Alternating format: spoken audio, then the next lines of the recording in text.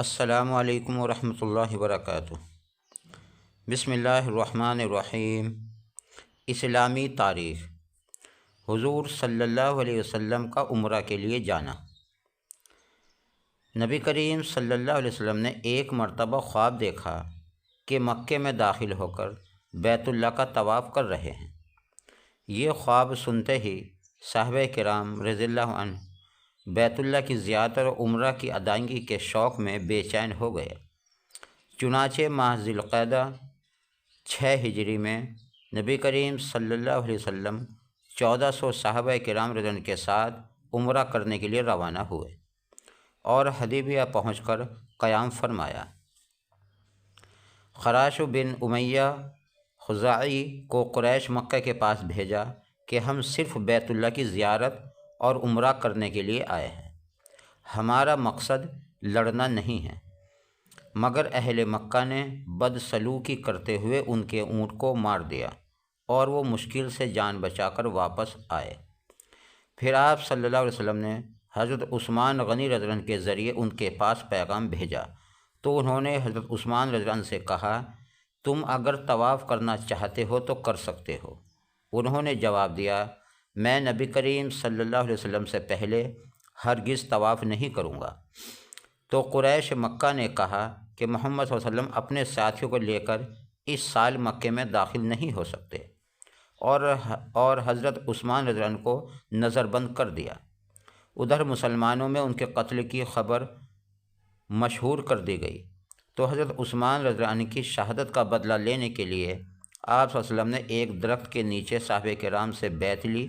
اس بیعت کو بیعت رضوان کہا جاتا ہے۔ اللہ کی قدرت۔ پلیٹی پس۔ یہ جانور بلی سے کچھ بڑا ہوتا ہے، پانی اور خشکی دونوں میں زندگی گزارتا ہے۔ منہ بطخ کے جیسا ہوتا ہے، دم اور پیر مگر مچھ کی طرح ہوتے ہیں۔ اس کے جسم پر قیمتی اون ہوتی ہے۔ اس کے پچھلے پیر میں زہر ہوتا ہے جس کے استعمال سے وہ شکار اور دیگر جانوروں سے اپنی حفاظت کرتا ہے۔ اللہ کی قدرت دیکھیے، یہ جانور انڈے دیتا ہے مگر بچے نکلنے پر ان کو دودھ پلاتا ہے، جبکہ انڈے دینے والا کوئی بھی پرندہ اپنے بچے کو دودھ نہیں پلاتا۔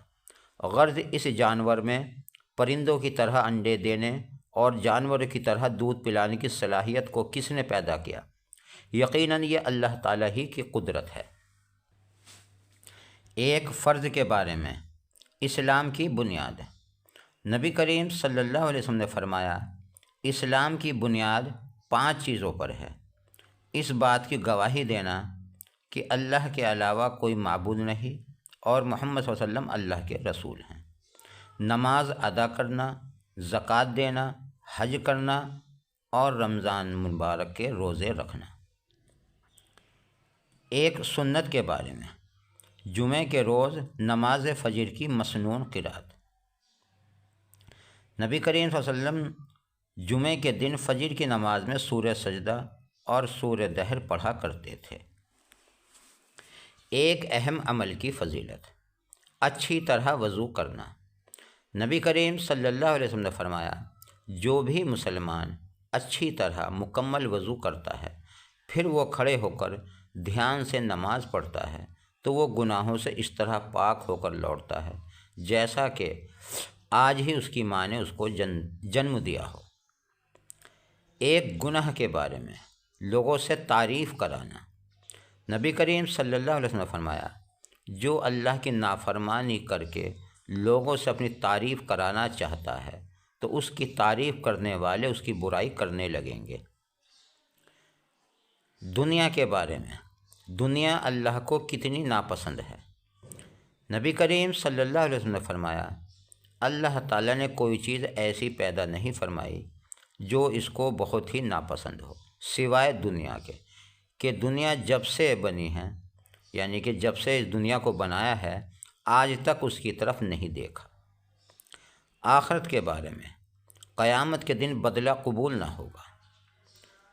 قرآن میں اللہ تعالیٰ فرماتا ہے، جن لوگوں نے کفر کیا اور کفر ہی کی حالت میں مر گئے تو ایسے شخص سے پوری زندگی بھر بھی سونا قبول نہیں کیا جائے گا، اگرچہ وہ سونے کی اتنی مقدار عذاب کے بدلے میں لا کر حاضر کر دیں۔ ایسے لوگوں کے لیے دردناک عذاب ہوگا اور ان کا کوئی مدد کرنے والا نہ ہوگا۔ طب نبوی سے علاج، زمزم میں شفا ہے۔ حضرت ابن عباس رضی اللہ عنہ نے زمزم کے بارے میں فرمایا، یہ ایک مکمل خوراک بھی ہے اور بیماریوں کے لیے شفا بخش بھی ہے۔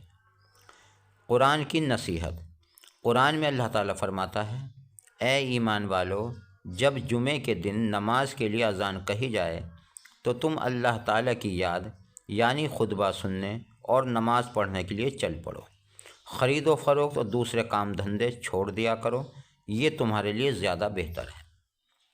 یہ تھی آج کی ہماری تعلیم۔ محترم حضرات، آپ کو کیسی لگی؟ آپ ہمیں کمنٹ کر کے ضرور بتائیں، اور بھی اسی طرح کی مزید ویڈیو دیکھنے کے لیے آپ ہمارے چینل کو سبسکرائب کریں، بیل آئیکن دبا دیں تاکہ سبھی طرح کی نوٹیفیکیشن آپ تک پہنچ سکے۔ اپنا اور اپنوں کا خیال رکھیں، نماز پڑھتے رہیں اور اللہ تبارک و تعالیٰ سے دعا بھی کرتے رہیں کہ اللہ تبارک و تعالیٰ ہم سب کو 5 گانا نماز پڑھنے کی توفیق عطا فرمائے۔ آمین ثم آمین۔ جزاک اللہ۔